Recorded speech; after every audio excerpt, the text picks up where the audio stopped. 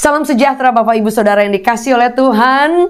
Apa kabar semuanya? Senang sekali hari ini kami dari Amerika Serikat menjumpai Bapak Ibu. Hari ini kita sedang ada di dalam momen pencurahan kuasa Roh Kudus Pentakosta. Dan hari ini saya ingin mengambil tema untuk firman Tuhan, kuasa Roh Kudus. Saudara, firman Allah berkata ketika Yesus naik ke surga terangkat, dikatakan bahwa lebih baik aku pergi supaya dikirimlah penolong yang lain. Karena pada zaman Yesus, saudara, bahwa Yesus bisa bersama dengan murid-muridnya, tapi tidak ada di satu tempat yang sama ketika muridnya ada di tempat yang lain. Tapi ketika Roh Kudus dicurahkan, saudara, di tempat yang dimanapun berbeda, kuasa yang sama yang mengagumkan bekerja dengan luar biasa. Saudara, firman Allah berkata, pada waktu Roh Kudus tercurah, murid-murid pada saat itu, pada zaman itu mereka merayakan yang dinamakan Pentakosta. Pentakosta yaitu hari ke-50 ketika Yesus, dikatakan hari ke-50 setelah berlalu Paskah, kebangkitan Kristus.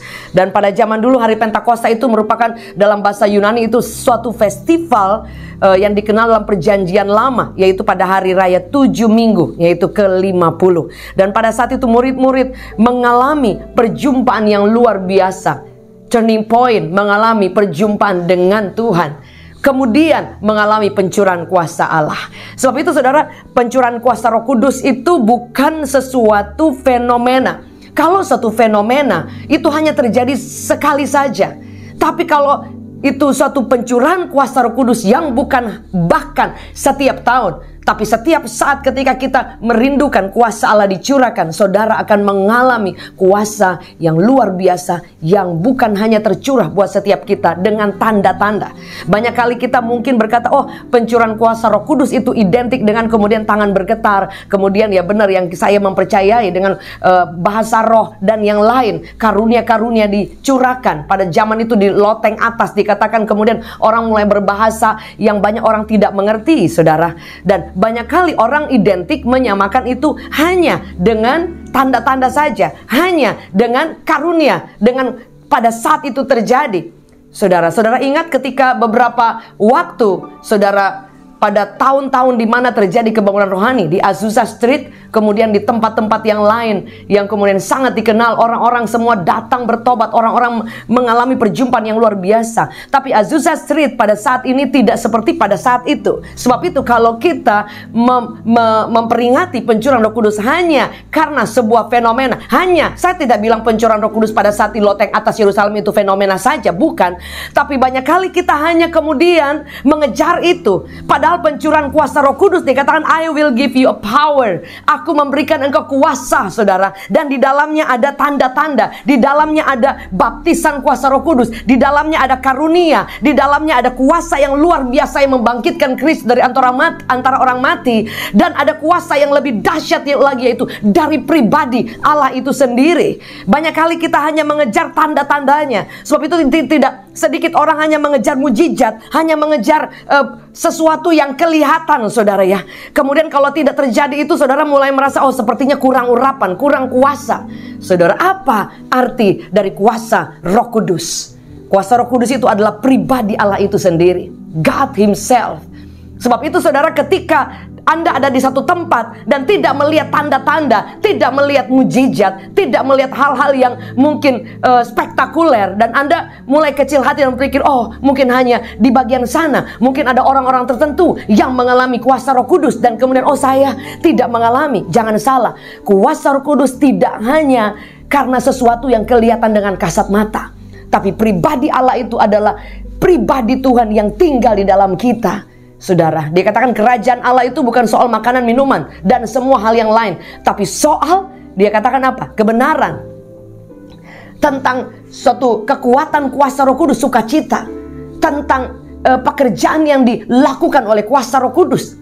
Saudara, dan itu adalah kehidupan daripada Allah yang Tuhan inginkan ada dalam kehidupan kita. Kuasa Roh Kudus tidak hanya sebuah fenomena, tapi sebuah momentum perjumpaan yang luar biasa dengan Tuhan. Sebab itu tidak terjadi setahun sekali, hanya ketika Pentakosta.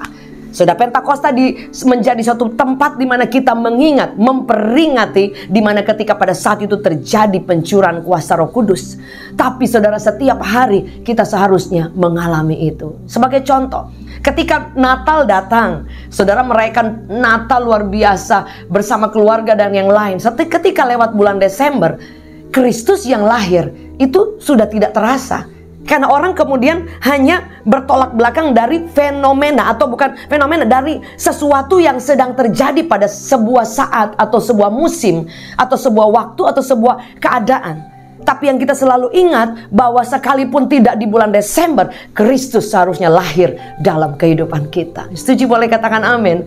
Sebab itu bagi teman-teman Bapak Ibu yang hari ini mungkin tidak mengalami, ada orang sedang mengalami pencurahan kuasa Roh Kudus, ada orang yang sedang berapi-api. Betul, puji Tuhan. Tapi jangan lupa untuk apa kuasa Roh Kudus itu datang. Sebagai contoh, ada orang yang hanya, oh iya dia senang, aduh harusnya kan senang ketika dia beli mobil, bukan dapat hadiah payung. Tapi biasa orang itu kadang-kadang, oh iya dapat bonus apa, dapat hadiah apa. Yang dikejar itu biasanya ibu-ibu, kalau ketika lagi belanja sale, yang dikejar itu hadiahnya. Aduh iya sayang ya, buy one get one free. Kemudian beli satu dapat 3. Gitu kan. Jadi karena ada motivasi dapat hadiah yang lain, kemudian pengen. Sebab itu saudara, jangan hanya kita mengejar kuasa Allah hanya sesuatu tanda-tanda saja, hanya karena melihat oh terjadi hal ini, tapi inginkan Tuhan, inginkan pribadinya melebihi segala-galanya. Saudaraku yang kekasih, saya bacakan firman Allah yang dikatakan, saudara. Dikatakan dalam Kisah Para Rasul 2 ayat 2-4, tiba-tiba turunlah dari langit suatu bunyi seperti tiupan angin keras, memenuhi seluruh rumah di mana mereka duduk, dan tampaklah kepada mereka lidah-lidah seperti nyala api yang bertebaran dan hinggap pada mereka masing-masing. Maka penuhlah mereka dengan Roh Kudus. Jadi saudara, ketika itu terjadi pencurahan angin yang kencang di loteng atas di Yerusalem, saudara. Dan hari ini mungkin kita tidak melihat angin itu bertiup begitu kencang. Saudara, mungkin ketika kita ada dalam satu ibadah, saudara, waduh penuh dengan Roh Kudus, kita mengharap mungkin tidak seperti yang terjadi pada saat itu. Tapi itu bukan berarti Roh Kudus tidak tercurah. Saudara, setuju? Boleh katakan amin. Boleh tulis di live chat, Roh Kudus tercurah. Karena kita tidak melihat sesuatu yang secara kasat mata lahiriah, oh terjadi.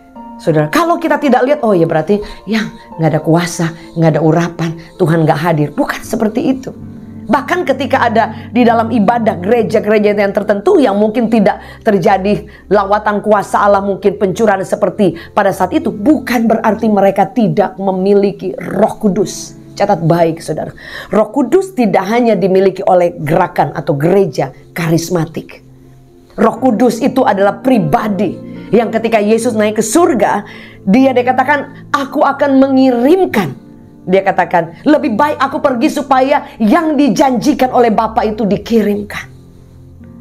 Jadi saudara, sekali lagi, pencurahan Roh Kudus itu adalah satu pribadi yang tercurah kuasanya dalam kehidupan kita, yang dimanifestasikan di dalam seluruh aspek kehidupan kita.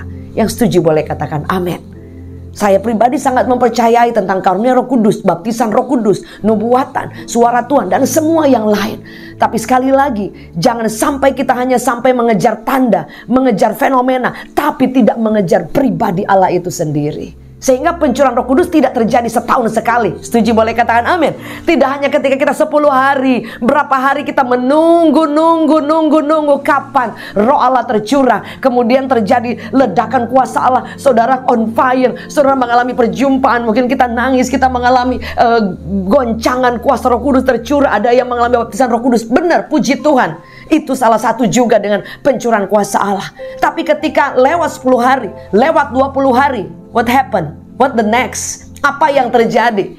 Itu yang ingin saya bagikan, bahwa pencurahan Roh Kudus, kuasanya itu bukan hanya suatu fenomena, bukan hanya suatu tanda-tanda, tapi pribadi Allah itu sendiri yang tinggal, yang hidup, yang ada di dalam Bapak Ibu, saudara dan saya. siapapun kita, dari latar belakang apapun kita, dari denominasi apapun kita, bagi orang yang percaya Yesus Kristus adalah Tuhan, kuasa itu untuk Bapak Ibu, Saudara dan saya. Setuju, boleh katakan amin. Sebab itu poin apa yang ingin saya bagikan hari ini, yaitu bahwa ketika ada pribadi, kuasa Allah ada dalam kehidupan kita, kuasa Roh Kudus ada dalam kehidupan kita. Apa yang terjadi? Di situ kita diberikan kemampuan, diberikan power, diberi kuasa. Untuk apa? Untuk diubahkan. Dan kita juga mengalami hidup yang sungguh setiap hari ingin berubah. Karena jika ada pribadi yang dahsyat di dalam kita, pasti kita ingin mengalami sesuatu yang diubahkan dari dalam keluar. Tanda-tanda menyertai, kuasa Allah menyertai. Tapi kehidupan diubahkan karena ada kuasa pribadi yang hadir. Itu adalah perjalanan setiap hari dalam kehidupan kita. Ketika Roh Kudus tercurah, ketika Pentakosta terjadi, 10 hari, 20 hari. Tapi kita juga yang emosi tetap emosi. Saudara juga yang down tetap down. Saudara juga yang tadinya, oh ya udah semangat ya, oh ya pencurahan Roh Kudus. Kemudian selesai 20 hari, 25 hari, dan tidak ada lagi keinginan untuk mencari Tuhan, menanti-nantikan dia tercurah kuasanya, mengharapkan Tuhan kuasanya itu mengalir dengan luar biasa. Dan perjumpaan yang terjadi setiap hari yang mengubahkan cara kita berpikir, cara kita berkata-kata, mungkin kehidupan kita lebih hari lebih dewasa. Saudara, kalau Anda mengalami pencurahan kuasa Roh Kudus, fenomena di mana engkau mengalami encounter, tapi saudara juga tidak mengalami sesuatu yang ada perubahan yang terjadi, ada sesuatu kehidupan rohani yang dibangkitkan, dan itu bukan hanya terjadi 10 hari, tapi berkesinambungan. Saudara hidup di dalamnya, mengalami dan mengejar Allah secara pribadi. Saudara, artinya kita hanya menjadi Kristen yang hanya karena tanda-tanda, hanya karena season, hanya karena waktu saja, hanya karena perayaan saja. Tapi Anda akan mengalami perjumpaan every day bersama dengan pribadi setiap hari, saudara. Dan engkau akan mengalami ada kuasa yang luar biasa menyertai ketika engkau sedang bekerja, ketika engkau sedang di lembah kelam, ketika engkau sedang ada di titik-titik yang sulit dalam hidupmu, ketika engkau sedang menghadapi kebingungan mungkin dalam kehidupan, hubungan keluarga, hubungan pertemanan, hubungan dengan orang-orang sekitar. Dan kemudian engkau berdoa, Tuhan, aku percaya kuasa-Mu untuk aku. Dan engkau akan mengalami tuntunan daripada pribadi Roh Kudus. Engkau mengalami arahan, engkau mengalami ada kekuatan yang luar biasa yang membangkitkan saudara. Artinya bahwa pencurahan kuasa Roh Kudus itu tidak berhenti sampai 10 hari.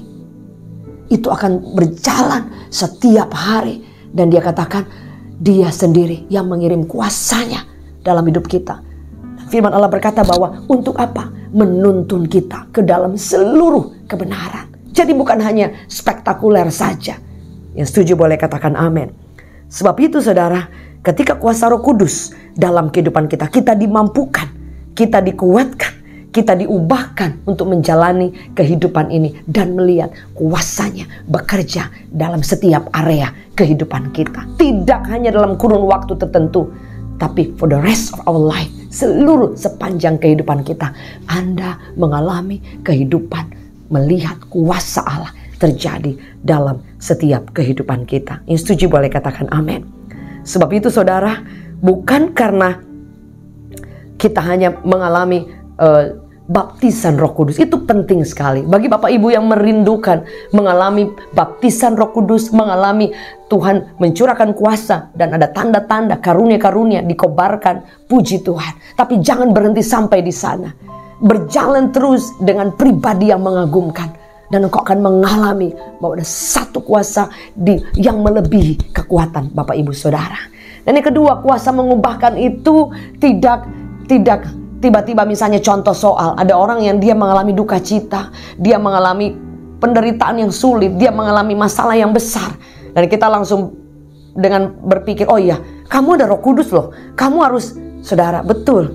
Tapi sometimes ketika ada orang yang sedang mengalami kesulitan, kadang-kadang mereka perlu waktu untuk apa?